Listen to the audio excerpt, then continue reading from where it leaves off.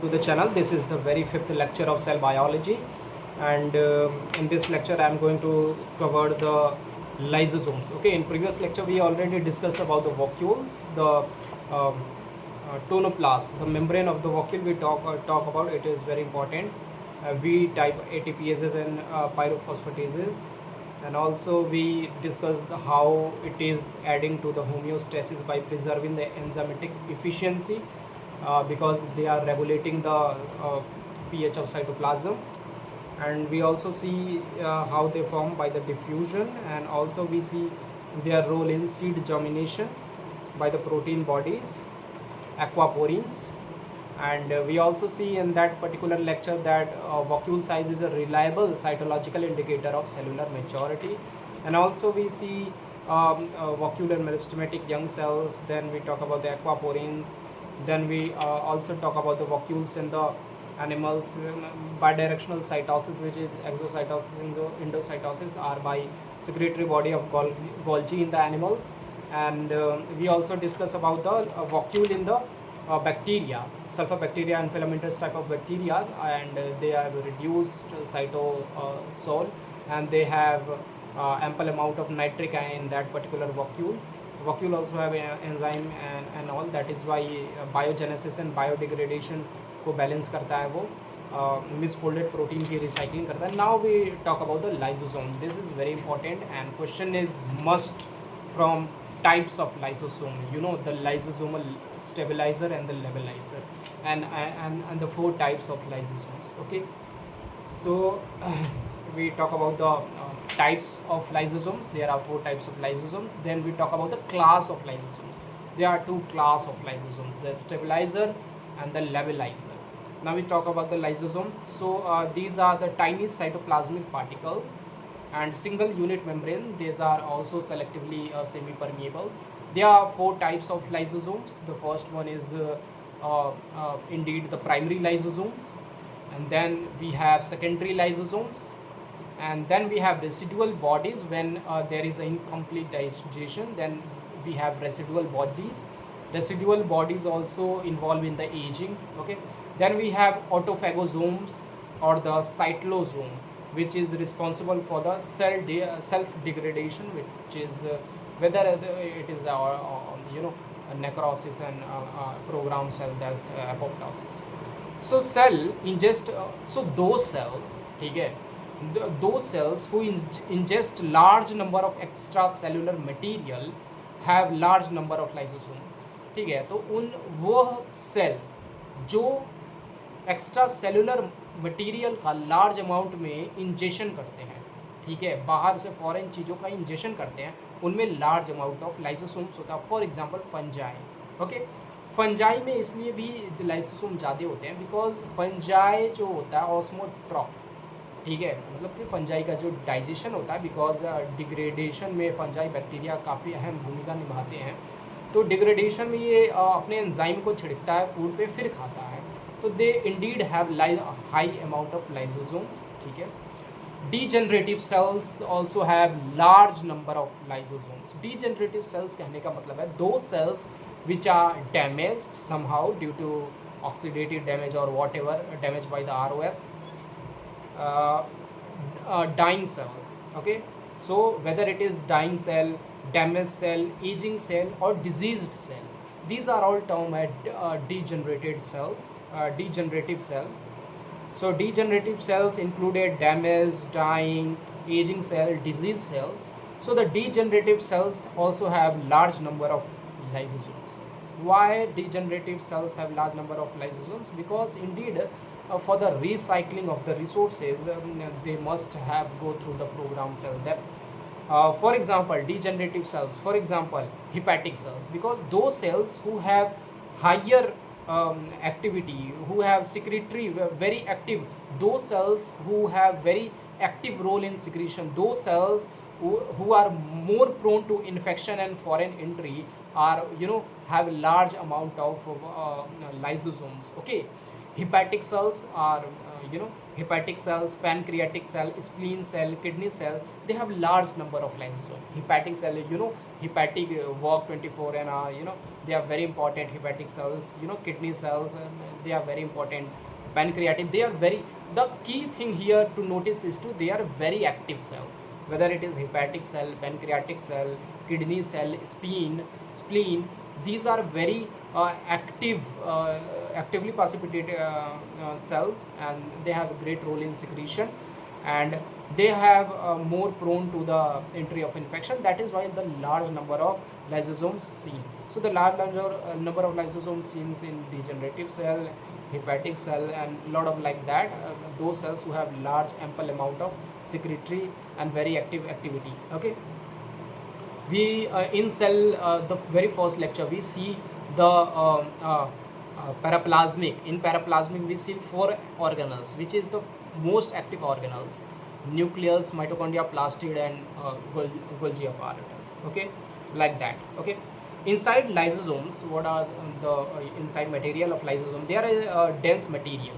Okay, that is matrix only. Okay, so inside matrix only, and matrix में suspended होते हैं कुछ inactive hydrolytic enzymes. So lysosomes always carry inactive hydrolytic enzymes. और ये जो enzymes है कहाँ से बना है, तो तुम अपने एग्जामिनेशन में डायग्राम बना सकते हो. ER से शुरू करो, गोल्जी से लाओ, and then because majority of enzymes are proteinaceous structure, तो हम RER गोल्जी यहाँ से डायग्राम बना के चीज़ों को दिखा सकते हैं, इलस्ट्रेट कर सकते हैं कि लाइसोसोम के अंदर के एंजाइम कहाँ पे बन रहे हैं. ठीक है, तो मैट्रिक्स में एसिड फॉस्फेटेज होता है. ठीक है, और इनएक्टिव हाइड्रोलिटिक एंजाइम्स होते हैं. ठीक है, तो ये जितने भी राइबोन्यूक्लिएज, डीऑक्सीराइबोन्यूक्लिएज, ग्लाइकोसाइडेज, फॉस्फेटेज, ये एक केमिकल नेचर है. These are all inactive hydrolytic enzyme. Class 3 hydrolytic enzyme, class 3 enzymes are present in the matrix of the lysosomes. The chemical nature of intact lysosomes having, सबसे पहले तो inactive hydrolytic enzymes होंगे, ribonucleases, deoxyribonucleases. These are the obvious enzymes. ठीक है, कोई भी अगर cell को काट रहे हैं तो ये सारी चीज़ें होंगी. We have phosphatase, glycosidase, etc. Obvious enzymes. These are the obvious enzymes present which enclose within the membrane of selectively semi-permeable membrane of the lysosomes. And most of the lysosomal enzymes are acidic in nature. So majority, not all, majority of lysosomal enzymes are having acidic in nature. Okay, now we see classes of lysosomes. So we have 2 classes of lysosomes, which is a lysosomal stabilizer, those things which agents that stabilizes the lysosome, and the levelizer. Okay, so we talk about the stabilizer. So these are the agents that maintain the integrity of lysosomal membrane and prevent enzyme leakage. So the membrane of lysosome is very important. Why they are important? Because they are encircling the enzymes which is inactive. If they get active, if they get outside and they came into the contact with H plus ion, acidic stuff, then they can be active and damage the damage the surroundings. Agents, so lysosomal stabilizer, as the name illustrates, that these are the agents that maintain the integrity of lysosomal membrane. Maintaining means means that they are preventing the enzyme leakage. How?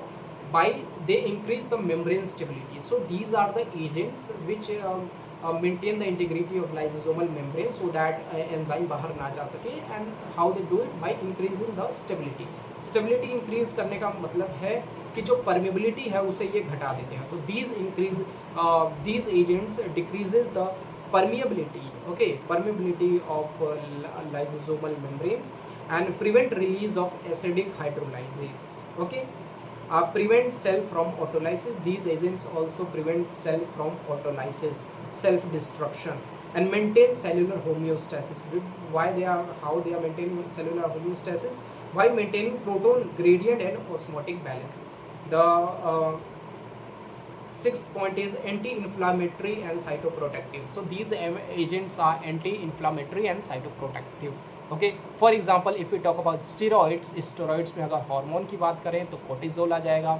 Then we have cholesterol आ जाएगा, तो steroids में cortisol hormone cholesterol आ जाएगा, और antioxidant में vitamin E आ जाएगा। और अगर drug में देखें तो मलेरिया में एक ड्रग क्लोरोक्विनोन करके एक दवाई होती है, तो वो भी लाइसोसोमल स्टेबलाइज़र की तरह काम करता है। ठीक है, लेवलाइज़र की बात करें तो ये ऑपोजिट है। फॉर एग्जांपल हमने स्टेबलाइज़र में देखा these are the agent that maintain integrity of lysosomal membrane and prevent enzyme leakage. यहाँ पे है these are the agent that disturb the lysosomal membrane causing release of hydrolytic enzyme. वहाँ पे हमने देखा था स्टेबलाइजर में that it increases membrane stability. यहाँ पे हम देखेंगे इंक्रीजेज मेम्ब्रेन परमिएबिलिटी या फिर decreases the membrane stability. Okay, it means membrane जैसे कि प्रोटीजेज वगैरह आ गया, ठीक है, तो लिपिड का ही बंदा होता है मेम्ब्रेन, तो तोड़ फाड़ के वो कर देगा। ठीक है, सो उसके बाद थर्ड पॉइंट स्टेबलाइजर में हमने देखे थे कि prevent release of acid hydrolases. लेकिन लेवलाइजर में क्या है, promote cause release of cathepsin, proteases, nucleases, phosphatases. Okay, labiliser और स्टेबलाइजर में हमने देखा था प्रिवेंट सेल फ्रॉम ऑटोलाइसिस। यहाँ पे है promote cell for autophagy, apoptosis, program cell death and necrosis. Okay, उसमें हमने देखा था कि दैट मेंटेन सेलुलर होम्योस्टेसिस। यहाँ पे हम देखेंगे involve in program cell death. वहाँ पे हमने देखा था एंटी इन्फ्लामेटरी एंड साइटोप्रोटेक्टिव। यहाँ पे हम देखेंगे कंट्रीब्यूट टू इन्फ्लामेशन। वहाँ पे हमने एग्जांपल स्टेरॉइडल में हार्मोन में कॉर्टिसोल और कोलेस्ट्रॉल हमने देख लिया था मॉलिक्यूल। देन ऑल्सो हमने देखा था एंटीऑक्सीडेंट में विटामिन ई। यहाँ पे हम देखेंगे विटामिन ए अगर हाई कंसंट्रेशन हो रेटिनॉल का, विटामिन ए के बाद विटामिन के बनाना वाला देखेंगे, उसके बाद ROS reactive oxygen species, and then हम UV रेडिएशन को देखेंगे। ठीक है, and these two are the key mechanism in the cancer biology and aging. Cancer biology में इन्फ्लामेशन का जो रोल है और एजिंग में न्यूरो डिग्रेडेशन में इनका काफ़ी अच्छा खासा रोल है। ठीक है, सो एक क्वेश्चन और कि मेटामॉर्फोसिस में लाइसोसोम के नंबर ज़्यादा होते हैं। ठीक है, यहाँ पे मेटामॉर्फोसिस में कौन से लाइसोसोम्स होते हैं, तो मेटामॉर्फोसिस के दौरान लाइसोसोमल लेबलाइजर होते हैं, बिकॉज मेटामॉर्फोसिस में परमेबिलिटी को बढ़ाना होता है, स्टेबिलिटी को कम करना है मेम्ब्रेन के, सो दैट कैथेप्सिन जो है वो रिलीज हो जाए। ठीक है, तो एक बार मैं रिवाइज करता हूँ। ठीक है, कि स्टेबलाइजर में वो agents that maintain the lysosomal membrane की integrity and inhibit the release of, prevent the release of enzymes। ठीक है, उसके बाद हम देखते हैं कि स्टेबिलिटी को बढ़ाता है by decreasing the permeability। Then हम देखते हैं कि प्रिवेंट करता है एसिड हाइड्रोलाइसिस को बाहर जाने में। ठीक है, prevent release of acid hydrolysis. उसके बाद हम देखते हैं प्रिवेंट सेल फ्रॉम ऑटोफेजी। उसके बाद हम देखते हैं मेंटेन होम्योस्टेसिस। उसके बाद देखते हैं साइटोप्रोटेक्टिव एंड एंटी इंफ्लामेटरी। वहाँ पे हम देखते हैं सबसे पहले कि agents that disrupt the cell membrane cause the release of hydrolytic enzymes, increase membrane की permeability को बढ़ा देता है। उसके बाद हम देखते हैं कि cause the release of यहाँ पे बाजार आता है एसिड हाइड्रोलाइसिस निकलने के लिए, वहाँ पे cause the release of cathepsin, nucleases, ribonucleases, proteases. यहाँ पे ऑटोफेजी इनहिबिट कर रहा था, बचा रहा था, प्रिवेंट फ्रॉम ऑटोफेजी, वहाँ पे प्रमोट कर रहा है ऑटोफेजी, अपोप्टोसिस, नेक्रोसिस। यहाँ पे मेंटेन कर रहा है सेलुलर होमोस्टेसिस, वहाँ पे प्रोग्राम सेल डेथ हो रहा है, अभी हमने बात किया। ठीक है, दैट इज अपोप्टोसिस। देन यहाँ पे एंटी इन्फ्लामेटरी साइटोप्रोटेक्टिव है, वहाँ पे इन्फ्लामेटरी कॉज कर रहा है। यहाँ पे एग्जांपल में एक स्टेरॉइड में cholesterol and cortisol hormone, and then we have a reactive then we have vitamin E as a antioxidants, and then we have in that levelizer we have vitamin A, and we have vitamin K, then we have reactive oxygen species ROS, and then UV radiation। कुछ हम question देखते हैं, जैसे कि which of the following act as a lysosomal membrane stabiliser. ठीक है, तो vitamin A no labiliser, reactive oxygen species no labiliser, UV radiation labiliser, तो कॉर्टिकोस्टेरॉइड्स हो जाएगा answer.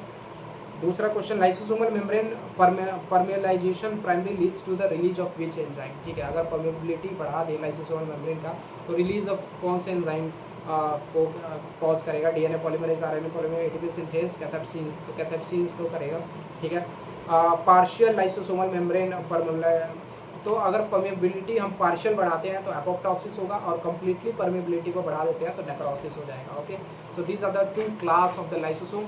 Now we talk about the types of lysosomes. ठीक है, तो ये थोड़ा बिगर है, ठीक है, but we'll see types of lysosomes. Okay, उसके पहले हम role and application of lysosomes के बारे में पढ़ लेते हैं। ठीक है, what are the roles and what are the application of lysosomes. ठीक है, फंक्शन क्या है लाइसोसोम्स की।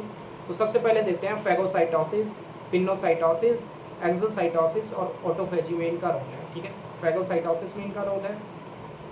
ठीक है, फैगोसाइटोसिस के बाद सेकेंडरी लाइसोसोम आया, पिनोसाइटोसिस में इनका रोल है। ठीक है, ये फैगोसाइटोसिस, पिनोसाइटोसिस ये सब secondary lysosome, because phagosome pinosome होते हैं सबसे पहले, उसके बाद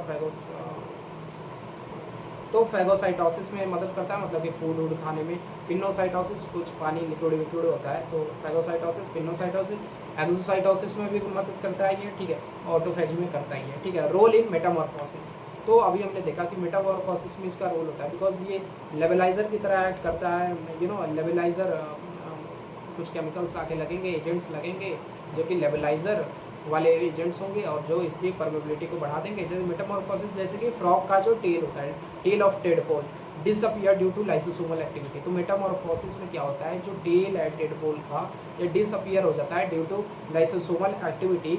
और कौन सा लाइसोसोमल एक्टिविटी, लाइसोसोमल लेवलाइजर एक्टिविटी, जहाँ भी हम देखते हैं कैथेप्सिन का रिलीज होता है एक्टिवली प्रोटीन। ठीक है, तो ये हो गया रोल ऑफ मेटामॉर्फोसिस में रोल हो गया, फैगोसाइटोसिस, पिनोसाइटोसिस, एक्सोसाइटोसिस, ऑटोफेजी हो गया।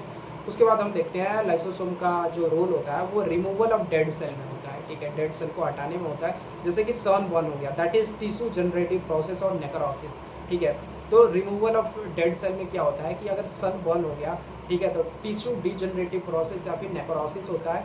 ठीक है, और सही हो जाता है। ठीक है, तो रिमूवल ऑफ डेड सेल में मदद करता है, मेटामॉर्फोसिस में भी हो गया। ठीक है, उसके बाद हम देखते हैं लाइसोसोम का जो कार्य है, दैट इज़ हेल्पिंग फर्टिलाइजेशन। ठीक है, तो फर्टिलाइजेशन में भी ये मदद करता है। कैसे फर्टिलाइजेशन में मदद करता है लाइसोसोम, तो अंडे को छेद करने में, जो ओवा होता है उसको छेद करने में मदद करता है ये। जैसे देखो, during the process of fertilisation sperm head, ठीक है, स्पर्म का जो हेड होता है ये सिक्रीट करता है लाइसोसोम एंजाइम। ठीक है, जिसको हम बोलते हैं एक्रोसिन, और एक्रोसिन सिंथेसाइज बाय गोल्गी। ठीक है, तो during process of fertilisation sperm head secrete lysosomal enzyme, जिसको एक्रोसिन बोलते हैं, जो कि गोल्गी से बना हुआ है, help in penetration of sperm into the perivitelline space of the ovum. ठीक है, तो ये हेल्प करता है, ये जो एंजाइम है लाइसोसोम का जो हेड पे लगा रहता है स्पर्म के, जिसको एक्रोसिन बोलते हैं, जो कि गोल्गी से सिंथेसाइज हुआ है, ये हेल्प करता है पेनिट्रेट करने को, अंडे को पेनिट्रेट करने में। जो ओवम है, ओवम के जो पेरीवेटलाइन स्पेस है वहाँ तक एटलीस्ट पेनिट्रेट हो जाए, वहाँ पे मदद करता है। लार्ज लाइसोसोम एक्रोसोम को बोलते हैं। ठीक है, तो वो जो हेड पे लगाता है एक्रोसोम। ठीक है, एक्रोसोम में ही एक्रोसिन होता है। ठीक है, तो लार्ज लाइसोसोम को एक्रोसोम बोलते हैं। ठीक है, तो इसका मतलब स्पर्म का जो हेड है वहाँ पे लार्ज लाइसोसोम लगा होता है, इसीलिए उसे एक्रोसोम, लार्ज लाइसोसोम बोलते हैं। ठीक है, अच्छा, ये एक्रोसोम लार्ज लाइसोसोम में होता क्या है, तो इसमें भी बिकॉज हमने देखा कि उसके मैट्रिक्स में क्या क्या होता है, प्रोटीजेस होता है, हाइलोरोनिक एसिड होता है, एसिड फॉस्फेटेजेस होता है। ठीक है, तो प्रोटीजेस क्या करता है, digest the layer of oocyte। ठीक है, तो oocyte का जो बाहर का लेयर होता है, बिकॉज लेयर ज़्यादातर प्रोटीन और उसका लिपिड का बना होता है, तो डाइजेस्ट करता है, प्रोटीजेस प्रोटीन को डाइजेस्ट कर देता है, digest the layer of oocyte and make channel through which the sperm nucleus head penetrate in. ठीक है, बिकॉज हम देखते हैं 3 प्रकार का protein, integral, peripheral, lipid anchored. ठीक है, तो जब प्रोटीजेस डाल दिया तो वो जगह तो खाली हो गया, मान ली इंटीग्रल है तो पूरा अंदर है तो वो पूरा खाली हो गया। ठीक है, तो ये करता है, पेनिट्रेट करने में मदद होता है, and make channel through which the sperm nucleus penetrate into in. ठीक है, हाइलोरोनिक एसिड भी होता है। ठीक है, एक्रोसोम में।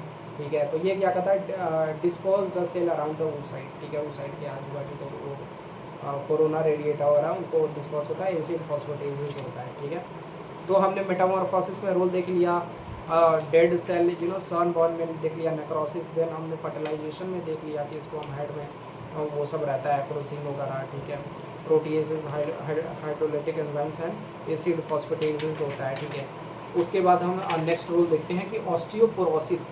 पोरोसिस मतलब कि हड्डियों का टूटना। Degeneration of the bone. तो ऑस्टियोपोरोसिस, जब ब्लड में कैल्शियम की कमी होती है तो ऑस्टियोपोरोसिस होता है, ठीक है। तो ऑस्टियोपोरोसिस में भी ये मदद करता है। Degradation of the bone to the extract calcium depend on lysosomal activity, और ये जो कैल्शियम है ये ब्लड में जाएगा, ठीक है, सो दैट क्लॉटिंग वगैरह जो है अच्छे से हो सके, ठीक है। एक्सट्रीम ऑफ विटामिन ए जो कि लाइसोसोमल लेवलाइजर है, may cause cell poison, disturb lysosomal membrane permeability and release digestive enzyme, cause autolysis is of cartilage and bone, ठीक है। तो ऑस्टियोपोरोसिस में हमने इसका मदद देख लिया कि ब्लड में जब ज़रूरत होता है तो डिग्रेडेशन ऑफ बोन कर देता है टू एक्स्ट्रा कैल्शियम, ठीक है। माल फंक्शनिंग ऑफ लाइसोसोम, अगर माल फंक्शनिंग हो जाए लाइसोसोम का तो क्या होगा, तो rupturing of lysosome in skin cell exposed to the sunlight leads to the pathological changes followed with sunburn. The lysozyme enzyme liberated by lysosome kill the epidermis causing blister formation and later it peel off in the form of epidermal layer, ठीक है। तो अगर माल functioning हो जाए lysosome में, अगर rupture हो गया लाइसोसोम स्किन पे, ठीक है, और सनलाइट है, ठीक है, तो पैथोलॉजिकल चेंजेस आएंगे, जैसे कि सनबर्न हुआ है, ठीक है। यहाँ पे लाइसोसोम एंजाइम लिबरेट होगा और किल कर देगा एपिडर्मिस, ठीक है, और उसके बाद ब्लिस्टर हो जाएगा, पानी पानी टाइप का, and formation and later it peel of in form of epidermal layer, ठीक है।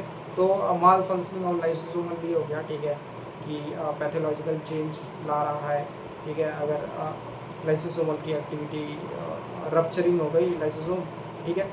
उसके बाद हम देखते हैं कि role in apoptosis by residual body, जैसे कि रेसिडुअल बॉडी है लाइसोसोम का तीसरा जो टाइप है, तो उनका रोल है एपोप्टोसिस में, जैसे कि इंक्रीज कर देता है रेसिडुअल बॉडी, इंक्रीज कर देगा reactive oxygen species and promote कर देगा एजिंग, ठीक है।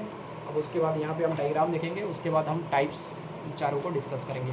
तो हमने सबसे पहले क्या देखा, रोल में क्या देखा, सबसे पहले हमने देखा फैगोसाइटोसिस, पिनोसाइटोसिस, उसके बाद एक्सोसाइटोसिस एंड ऑटोफैजी। उसके बाद मेटामॉर्फोसिस में कैथेप्सिन का रोल देखा। उसके बाद हमने फर्टिलाइजेशन में एक्रोसिन देखा, proteases, hyaluronic acid and acid phosphatases. उसके बाद फर्टिलाइजेशन के बाद रोल हमने ऑस्टियोपोरोसिस में देखा। उसके बाद माल फंक्शनिंग ऑफ लाइसोसोम हमने देखा कि कैसे ब्लिस्टर कर दे रहा था स्किन पे। उसके बाद लाइसोसोम का एक्टिविटी हमने एपोप्टोसिस में देखा, प्रोग्राम सेल डेथ में। एपोप्टोसिस में लाइसोसोम कैसे काम करता है, बिकॉज इंक्रीज कर देता है reactive oxygen species and promote कर देता है एजिंग, ठीक है। तो हमने एपोप्टोसिस में भी देखा, ठीक है, एजिंग कर रहा है लाइसोसोम्स, ठीक है, बिकॉज लाइसोसोम में जो रेसिडुअल बॉडी है वो कर देता है। डायग्राम है, ठीक है। तो लाइसोसोम ओरिजिन कैसे हुआ उसका ये डायग्राम है, ठीक है। तो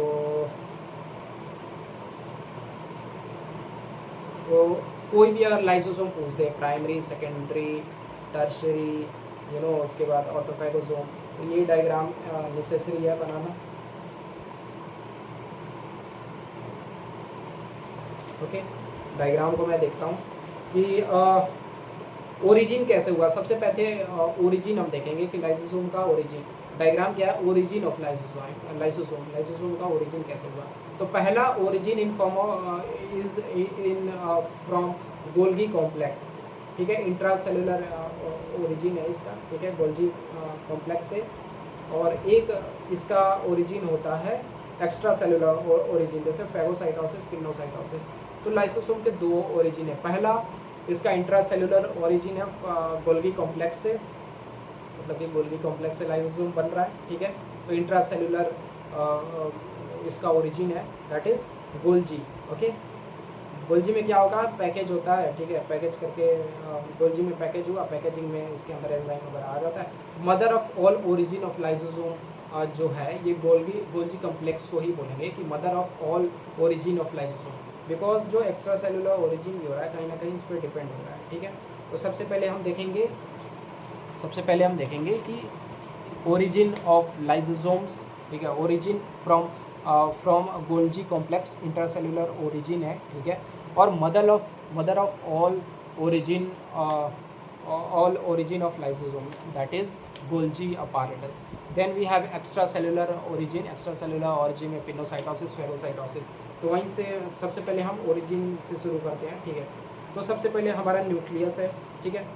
न्यूक्लियस में हमारा दो अपना ऊपर का लेयर हो गया, ठीक है। अंदर न्यूक्लियोलस है, जो कि आरआरएनए फैक्ट्री है, ठीक है। न्यूक्लियोलस से होते हुए, बिकॉज आरआरएनए आ रहा है, न्यूक्लियोलस से होते हुए, आरईआर से होते हुए, एसईआर से होते हुए ये जाता है गोल्जी।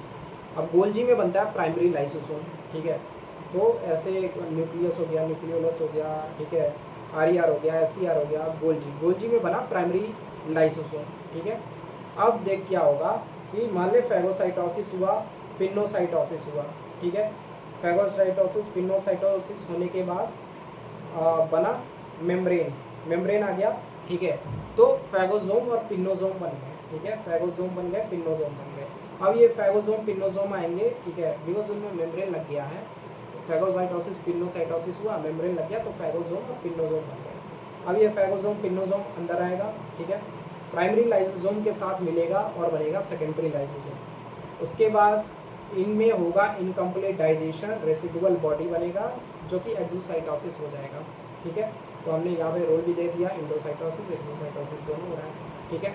उसके बाद जब एक्सोसाइटोसिस हो गया तो यही जो हमारा अभी फैगोसोम पिनोसोम बना था, सेकेंडरी लाइसोसोम बना था, सेकेंडरी लाइसोसोम से बनेगा ऑटोफैगोसोम। ऑटोफैगोसोम जो है इंडोसाइटोसिस एक्सोसाइटोसिस, माइटोकॉन्ड्रिया है, तो ऑटोफैगोसोम्स जैसे कि माइटोकॉन्ड्रिया है, स्टार्वेशन के टाइम में माइटोकॉन्ड्रिया को खा पी के खत्म कर देगा और एक्सोसाइटोसिस कर देगा, ठीक है। तो दिस इज द डायग्राम, ठीक है। तो डायग्राम में सबसे पहले न्यूक्लियस है, न्यूक्लियोलस है, nucleolus, nucleus, RER, then SER, then Golgi, Golgi में बना प्राइमरी लाइसोसोम, प्राइमरी लाइसोसोम इधर आया, इधर फैगोसाइटोसिस पिनोसाइटोसिस, मेम्ब्रेन आ गया, फैगोसोम पिनोसोम, फैगोसोम पिनोसोम इन दोनों से मिला, ठीक है। फैगोसोम पिनोसोम आपस में स्किन ले लिए, मेम्ब्रेन ले लिए ऊपर से, और फैगोसोम पिनोसोम आपस में मिला, बना सेकेंडरी लाइसोसोम। सेकेंडरी लाइसोसोम का इनकम्प्लीट डाइजेशन हुआ, बना रेसिडुअल बॉडी जो एजिंग ओजिंग में काम आ रहा है, एपोप्टोसिस में को ट्रिगर कर रहा है, एक्सोसाइटोसिस हो गया उसका, ठीक है। उसके बाद हम देखते हैं कि जो सेकेंडरी लाइसोसोम है, सेकेंडरी लाइसोसोम ही ऑटोफेजी करा रहा है, जो माइटोकॉन्ड्रिया को पकड़ा और एक्सोसाइटोसिस करा के बाहर कर दिया, ठीक है। उसके बाद थियोरेटिकल है कि प्राइमरी लाइसोसोम कैसे बनता है, सेकेंडरी कैसे बनता है, रेसिडुअल कैसे बनते हैं, these are all theoretical, okay.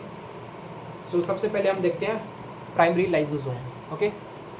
तो जो प्राइमरी लाइसोसोम है, these are the small sac like body whose enzyme content are being synthesized by ribosome। तो हमने देखा न्यूक्लियोलस बनाया था, वहाँ से लेके गए थे, ठीक है। तो प्राइमरी लाइसोसोम का जो एंजाइम है, ठीक है, ये न्यूक्लियोला राइबोसोम के जरिए सिंथेसाइज हो रहा है, और राइबोसोम्स कहाँ पे मिल रहा है, ठीक है, आरआरएनए फैक्ट्री कहाँ है, न्यूक्लियोलस ही है। तो small sac like body whose enzyme content are being, so primary lysosome are small sac like body whose enzyme content are being synthesized by ribosome accumulated in RER। तो lysosome से हम nucleolus से ले गए थे RER, then they enter Golgi and separate in form of vesicles, ठीक है। तो हमने देखा ऐसे Golgi की तरफ ले गए थे, फिर सेपरेट कर दिए थे as vesicles having 1 or 2 type of enzyme, ठीक है। तो 1 और 2 टाइप का ही एंजाइम होता है, जैसे कि हाइड्रोलिटिक एंजाइम, एसिड फोस्फेटेजेस। अब आप बारी है सेकेंडरी लाइसोसोम का। So primary lysosome are the small sac like body whose enzyme content are being synthesized in by the ribosomes, and then they enter the Golgi, accumulated in, then they accumulated in RER and then enter Golgi, ठीक है। और vesicles के form में 1 से 2 enzyme होंगे वहाँ पे। Secondary lysosome की बात करें, ठीक है, तो सेकेंडरी लाइसोसोम्स की अगर हम बात करें, ठीक है, तो ऑल्सो कॉल्ड डाइजेस्टिव वॉक्यूल्स या हेट्रोफेगोसोम्स। तो सेकेंडरी लाइसोसोम को हम डाइजेस्टिव वॉक्यूल बोलते हैं, बिकॉज बाहर से फैगोसाइटोसिस पिनोसाइटोसिस कर रहा है, ठीक है। तो डाइजेस्टिव वॉक्यूल्स या फिर हेट्रोफेगोसोम बोलते हैं, ठीक है। So secondary lysosome also known as digestive vacuoles and heterophagosomes, and they are formed either by the phagocytosis and pinocytosis। तो secondary lysosome phagocytosis और या फिर pinocytosis किसी एक से ये फॉर्म हो जाते हैं, ठीक है। And the membrane structure so formed call phagosome और पिनोसोम, ठीक है। तो फैगोसाइटोसिस पिनोसाइटोसिस हुआ, मेम्ब्रेन लग गया, तो फैगोसोम और पिनोसोम बोलेंगे। These structure fuse with primary lysosome. तो फैगोसोम पिनोसोम जो मेम्ब्रेन लेके आए थे, ये प्राइमरी लाइसोसोम के साथ फ्यूज हो करके बना देंगे सेकेंडरी लाइसोसोम, ठीक है। तो प्राइमरी लाइसोसोम में क्या था कि हमारा न्यूक्लियोलस आरएनए एंजाइम सिंथेसिस कर रहा है, एक्यूमुलेट हो रहा है आरईआर में, फिर गोल्जी में जाकर के हो गया, ठीक है। यहाँ पे क्या हो रहा है कि फेगोसोम पिनोसोम मेम्ब्रेन लिया आपस में बनाए, ठीक है, फिर जुड़ गया, मेम्ब्रेन लिया आपस में बनाया, जुड़ गया, फेगोसोम पिनोसोम हो गया, फेगोसाइटोसिस पिनोसाइटोसिस से, ठीक है, और प्राइमरी से मिलके सेकेंडरी लाइसोसोम बना दिया, ठीक है। ये होता है डायग्राम। न्यूक्लियोलस आरआरएनए, यहाँ पे आरईआर में एक्टिवेट हुआ, एससीआर के थ्रू होते हुए यहाँ पे आ गया, बन गया प्राइमरी लाइसोसोम। फेगोसाइटोसिस पिनोसाइटोसिस हुआ, मेम्ब्रेन लिया, फेगोसोम पिनोसोम बना, फेगोसोम पिनोसोम यहाँ पे प्राइमरी लाइसोसोम से अटैच होके बन गया सेकेंडरी लाइसोसोम। यहाँ पे इनकम्प्लीट डाइजेशन होके हो गया, दैट इज रेसिडुअल बॉडी, और यहाँ पे सेकेंडरी लाइसोसोम से यहाँ पे आया, दैट इज ऑटोफेगोसोम या फिर साइक्लोसोम। यहाँ माइटोकॉन्ड्रिया, माइटोकॉन्ड को तोड़ ताड़ के एक्सोसाइटोसिस करके बाहर निकाल दिया, एनर्जी का उपयोग कर लिया, रॉ मटेरियल जो बना उसका उपयोग कर लिया, ठीक है। तो हमारा प्राइमरी हो गया लाइसोसोम, सेकेंडरी लाइसोसोम हो गया, कैसे बना। अब बाकी है रेसिडुअल बॉडी की। If digestion is incomplete then they form such residual body ejected out from the cell by exocytosis. हमने देखा था एक्सोसाइटोसिस हो जाता है, लेकिन sometimes the residual body stay inside the cell and cause aging and apoptosis. तो कभी कभी रेसिडुअल बॉडी क्या है कि इनकम्प्लीट डाइजेशन से बनता है, ठीक है, और ये एक्सपेल्ड हो जाता है, एक्सोसाइटोसिस होता है, लेकिन sometimes it stays inside cell and cause aging and it also cause apoptosis. Okay, then we have autophagosome, cyclosome, you know,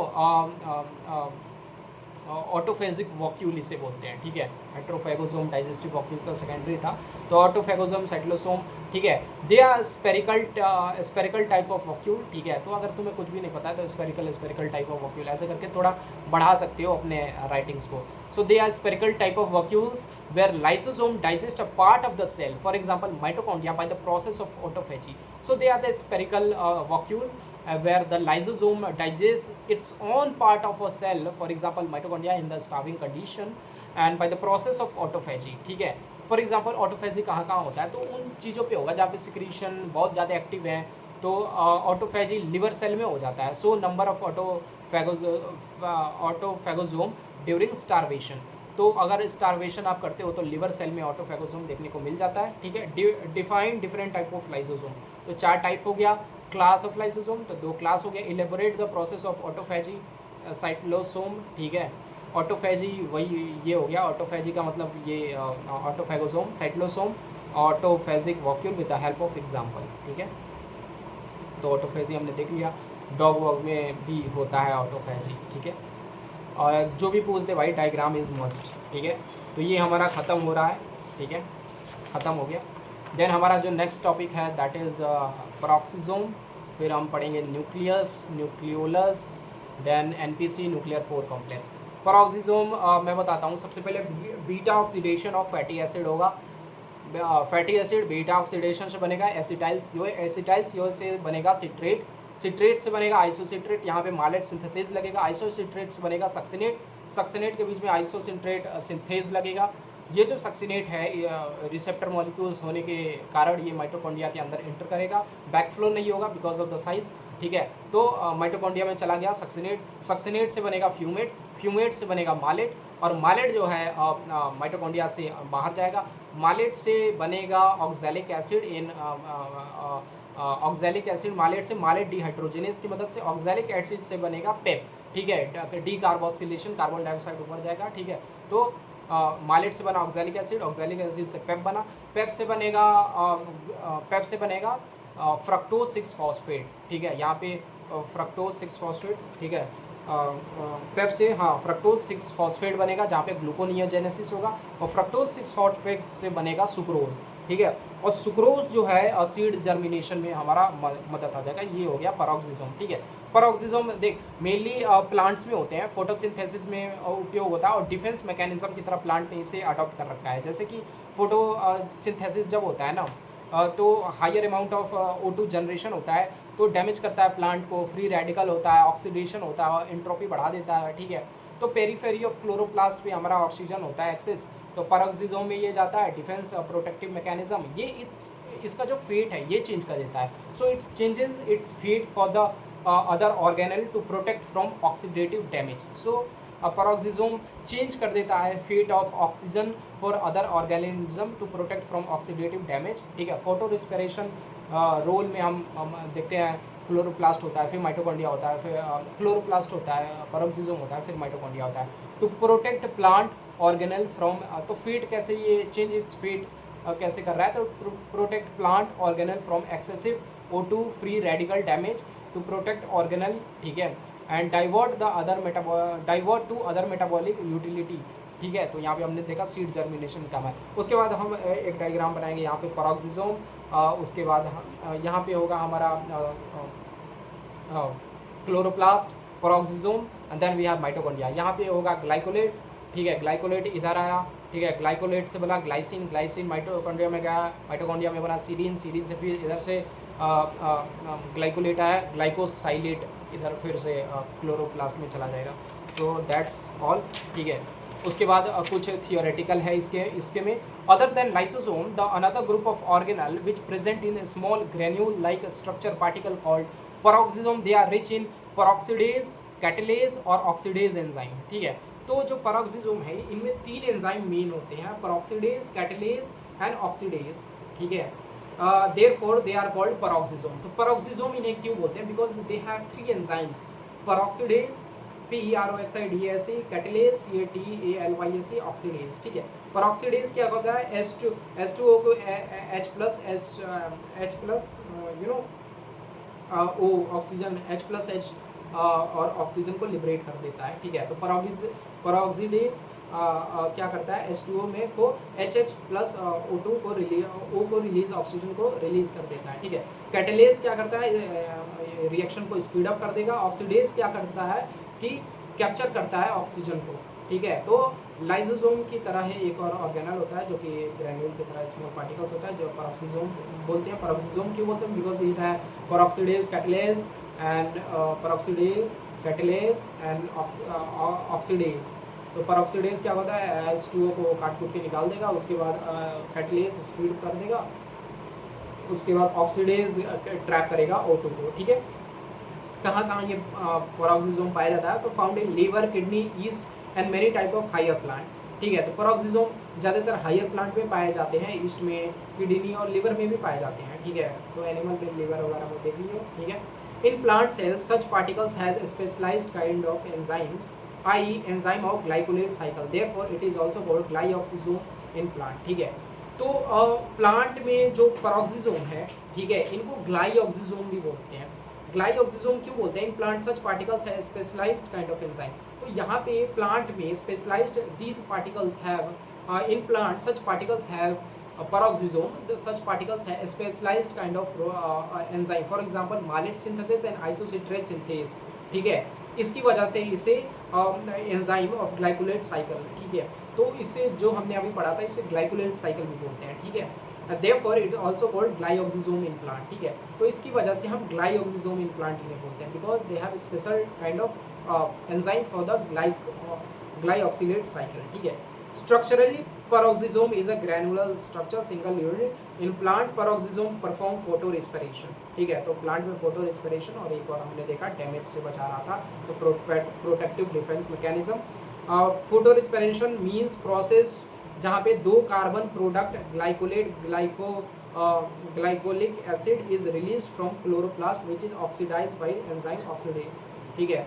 so process जहाँ पे 2 कार्बन प्रोडक्ट निकलेगा, glycolic acid is release from chloroplast which is oxidize by the enzyme oxidase, ठीक है। तो this are photo respiration. तो अगर photo respiration भी पूछ दे तो you have to make the diagram, ठीक है। In peroxisome the process of oxidation take place in 2 step, ठीक है। तो प्लांट में जो प्रोसेस ऑफ ऑक्सीडेशन है टेक प्लेस इन 2 प्रोसेस, ठीक है। प्रोसेस ऑफ ऑक्सीडेशन, सबसे पहले O2 को कैप्चर किया ऑक्सीडेज ने, फिर H2O2 यहाँ पे आया कैटलेज में है H2O प्लस O2, यहाँ पे आ गया हमारा कुछ तो काटने के लिए आएगा पैरोक्सिडेज आ जाएगा, बिकॉज तो सबसे पहले O2 ऑक्सीडेज, H2O2 कैटलेज, ठीक है। because this reaction related with synthesis H2O2 and degradation of H2O2 which is highly reactive, ठीक है। टॉक्सिसिटी को हटाने के लिए because H2O2 जो होता है हाईली रिएक्टिव होता है, ठीक है। तो कहीं ना कहीं टॉक्सिसिटी को हटाने के लिए भी फोटो रेस्पिरेशन काम कर रहा है। toxic oxidizing agents, therefore these organelles having special kind of enzyme which can protect the plant from high concentration of oxygen. हमने बताया था शुरू में ही, in plant cell ग्लाइओक्सिजोम also help in germination of seed. ठीक है, तो प्लांट सेल में ग्लाइओक्सिजोम germination of seed में भी मदद कर रहा है through the process of glycolate cycle. और ग्लाइकोलेट साइकिल प्लांट में हम इसी को पेरिक्सोसोम को ही बोलते हैं because of the some special enzyme जो कि हमने देख लिया, माइलेट सिंथेस, आइसोसिट्रेट सिंथेस. ठीक है, तो सबसे पहले कैसे सीड जर्मिनेशन में मदद कर रहा है, तो सबसे पहले हम पेरोक्सिसोम में देखते हैं कि fatty acid beta oxidation of fatty acid हो रहा है, एसिटाइल COA, सिट्रेट, आइसोसिट्रेट, हाइड्रोसिट्रेट के बाद सक्सिनेट जा रहा है, फ्यूमेट, मालेट, ऑक्सैलिक एसिड, पेप, फ्रक्टोज, ग्लूकोज ही सीड के जर्मिनेशन में काम देगा. That is all about vacuoles, lysosomes and peroxisomes.